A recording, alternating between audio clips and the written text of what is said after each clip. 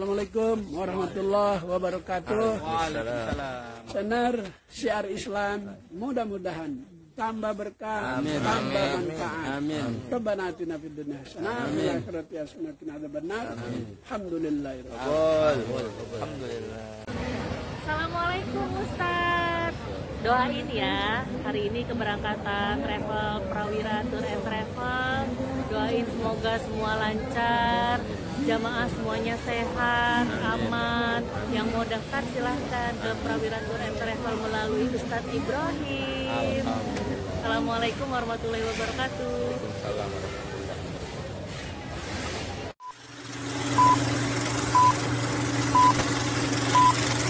Saya temukan malah pendapat ulama-ulama kita sekarang menyebutkan tentang tidak adanya riwayat yang sahih menyebutkan ada doa ya khusus setelah sholat fardu. Makanya para ulama yang faham dengan sunnah tidak pernah ada yang mengamalkan secara khusus ya doa dihubungkan dengan sholat 5 waktu. Beda kalau sholat sunnah dan tidak secara khusus ya, tidak secara khusus. Tapi kalau secara khusus dipaketkan sama dengan zikir habis sholat, maka itu ulama mengatakan tidak boleh karena tidak ada dalilnya. Nggak pernah disebutkan Nabi SAW itu berdoa. Bahkan dalam banyak hadis Bukhari disebutkan Nabi SAW seringkali selesai berzikir langsung berdiri. Memang begitu sunnahnya, langsung berdiri. Lalu beliau menunggu di pintu gerbang masjid untuk menunggu kalau ada sahabat yang punya keluhan atau ingin atau punya hajat dengan beliau atau ingin konsultasi dengan beliau. Makanya dianjurkan untuk tidak membaca doa secara khusus habis sholat 5 waktu. Tapi habis sholat sunnah boleh saja. Hajat kapan perlu lagi jalan butuh hajat sesuatu dengan Allah langsung sampaikan. Ikutkan tahmid dan salawat lalu sampaikan hajat anda. Jadi ini jangan sampai ada difahamin bahwasanya oh kalau begitu Ustadz ini menganggap doa tidak perlu. Bukan tidak perlu. Menempatkan pada tempatnya, gitu kan? Ini yang mesti difahamin. Bahkan para ulama sunni kita yang sudah faham tentang masalah ini, mereka di mana saja berdoa. Ya, lagi di mobil, lagi kebetulan ada orang tabrakan, dia berdoa kepada Allah, ya Allah jangan sampai kena cobaan ini kepada saya. Atau ada orang meninggal, ya Allah ampunilah. Atau ada orang belum tutup aurat, ya Allah berikanlah hidayah dia dan yang orang yang seperti dia. Itu kan berdoa terus namanya, gitu kan? Jadi masalahnya di sini karena Nabi SAW tidak pernah contohkan berdoa secara khusus habis 5 waktu sholat yang wajib, maka dianjurkan untuk tidak melakukannya. Kalau darurat punya hajat, baik lakukanlah doa itu setelah sholat sunnah, lebih aman. Gitu kan? Jadi tidak diikat dengan habis sholat wajib, karena sholat wajib ini sholat yang diwajibkan. Kalau saya sholat, apakah berdoa atau berzikir? Ada sebuah hadis yang sahih yang mengatakan di antara waktu mustajab itu adalah fi duburi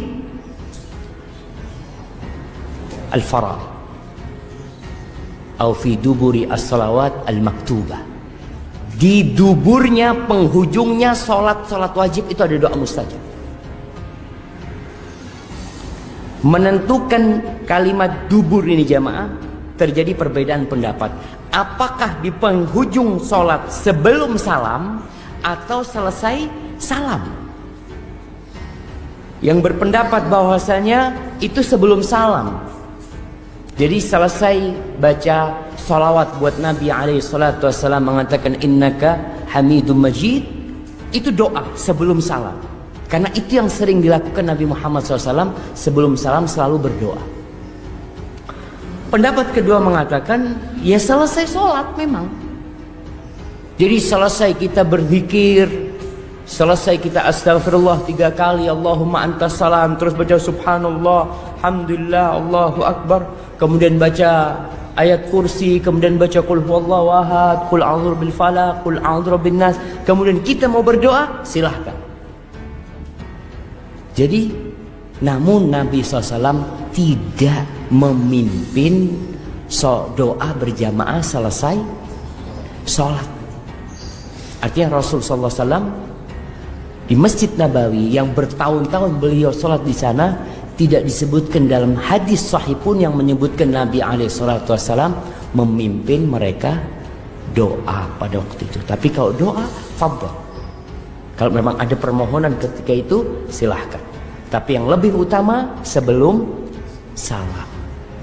Makanya Syekh bin Utsaimin rahimahullahu ta'ala mengatakan semua hadis yang berkaitan dengan doa itu sebelum salam, semua hadis yang berkaitan dengan zikir itu selesai salam.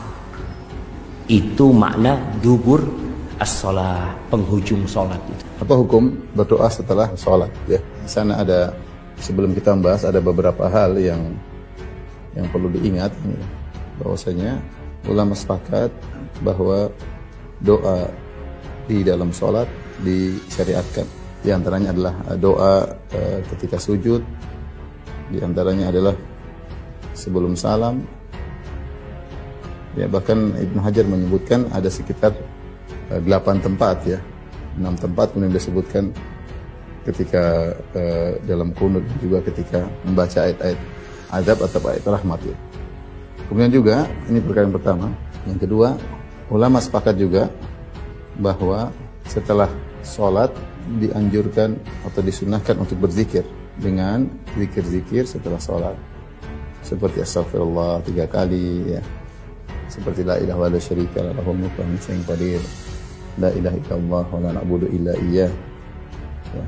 Kemudian lahu ni'matu wa lahul fadlu wa lahu sana'ul hasan, tahlil dan tasbih 33 kali, tahmid 33 kali. Ini semua disepakati oleh para ulama disunnahkannya. Kemudian perkara yang berikutnya juga, ulama juga sepakat bahwa setelah zikir salat boleh berdoa. Ini bahkan disebut oleh Ibnu Qayyim dalam Zadul Ma'ad ya.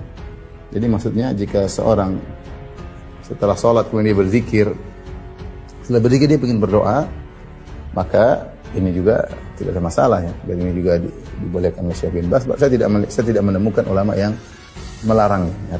Kemudian perkara berikutnya juga yang perlu disepakati, yang perlu diingat, bahwasanya ulama sepakat tidak ada dalil yang menunjukkan Rasulullah SAW dan para sahabat setelah sholat zikir berjamaah. Tidak ada dalil yang tegas akan hal ini. Tidak ada, ya, tidak ada. Baik, ini semua pembahasan-pembahasan yang perlu kita ingat sebelum kita masuk dalam masalah yang dipresiden oleh para ulama. Ya. Jadi ulama sepakat bahwa doa dalam sholat boleh, jelas. Ya. Ulama juga sepakat setelah sholat ada zikir-zikir yang disunahkan untuk dibaca. Kemudian juga ulama sepakat, saya tidak tahu ada yang melarang bahwasanya kalau seorang setelah sholat kemudian berzikir dia ingin berdoa, silahkan. Setelah berzikir dia ingin berdoa, diperbolehkan. Ya, meskipun tidak dikatakan sunnah bahwasanya harus setelah berzikir berdoa, tidak, tapi boleh berdoa setelah berzikir. Kemudian juga ulama sepakat bahwa tidak ada dalil yang tegas yang menunjukkan bahwasanya Rasulullah SAW dan para sahabat ketika setelah sholat kemudian mereka berzikir berjamaah. Seandainya kalau ini ada, tentu akan diriwayatkan secara banyak ya, karena ini perkara yang menimbulkan menarik perhatian. Kemudian juga akan diwadiskan oleh para khulafar rasyidin, Abu Bakar, Umar, Utsman dan Ali, dan juga para tabi'in. Namun tidak mendapati bahwasanya dalil-dalil menunjukkan akan hal tersebut. Bahwasanya setelah sholat kemudian berzikir berjamaah atau berdoa berjamaah. Ya, ini kita tidak dapati hadisnya sama sekali. Baik, yang kita bahas sekarang tentang bagaimana hukum berdoa langsung setelah sholat ya. Hukum setelah salam dari sholat lalu berdoa. Maka ini ada khilaf ya, ada khilaf di kalangan para ulama. Jumhur ulama, mayoritas ulama membolehkan, menyatakan disunnahkan. Bukan sudah sekedar bolehkan, menyatakan disunnahkan. Artinya jika seorang setelah assalamualaikum warahmatullahi wabarakatuh kemudian dia ingin berdoa, boleh. Bahkan disunnahkan, Rasulullah SAW menganjurkan untuk berdoa. Di antaranya Rasulullah menyatakan disunnahkan, seperti di antaranya adalah zahir dari judul bab Imam Bukhari. Kita sedang membahas bab ad-du'a ba'da salat. Bab ad-du'a ba'da salat, bab berdoa setelah salat. Kemudian juga ini pendapat Ibnu Hajar ya, dalam Fathul Bari. Kemudian di antaranya juga Imam Nawawi menukil ijma' Imam Nawawi sebelum Ibnu Hajar, tentunya Imam Nawawi sebelum Ibnu Hajar, Nawawi di Majmu'.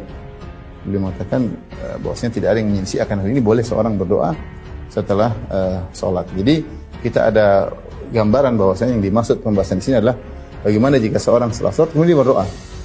Di sela-sela zikir atau sebelum zikir dia berdoa, kemudian dia berzikir, dia campurkan dengan boleh atau tidak ya. Kemudian kedua, sebagian ulama ya, ulama di antaranya Ibnu Taimiyah menyatakan tidak disunnahkan.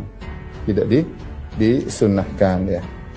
Maka inilah dua pendapat secara umum di kalangan para ulama ya. Taib, mansya'ul khilaf atau sebab khilaf adalah makna kata duburus salat. Rasulullah SAW mengatakan berdoa, Rasulullah menganjurkan untuk berdoa ketika dubur salat. Ya. Ketika dubur salat. Nah, dubur salat ini maknanya apa? Ya. Apakah dia maknanya akhir ya, di akhir salat. Kalau kita artikan secara bahasa Indonesia itu di belakang salat. Maksud di belakang salat ini apa? Apakah maksudnya? Apakah setelah salat ataukah di akhir salat sebelum salam? Nah, ini sebab khilaf, mansya'ul khilaf, sebab khilaf. Makna dubur salat, Rasulullah menyuruh kita berdoa di dubur salat, di dubur salat. Nah, dubur salat ini belakang salat. Maksudnya apa? Apakah setelah salam atau sebelum salam? Ibn Taimiyah rahimahullahu taala membawakan maksudnya ini adalah makna dari dubur salat adalah sebelum salam. Ini pendapat Ibn Taimiyah. Karena beliau membawakan, kata beliau bahwasanya dalil-dalil banyak sudah pasti dalam hadis-hadis Rasulullah SAW menyuruh untuk berdoa ketika sebelum salam. Ya. Falyatakhayyar minad du'a ma syaa. Sebagaimana kita bahas pada pertemuan lalu. Seorang setelah bertasyahud kemudian dia baca doa, Rasulullah mengatakan dan dia pilih doa apa yang dia sukai. Ya.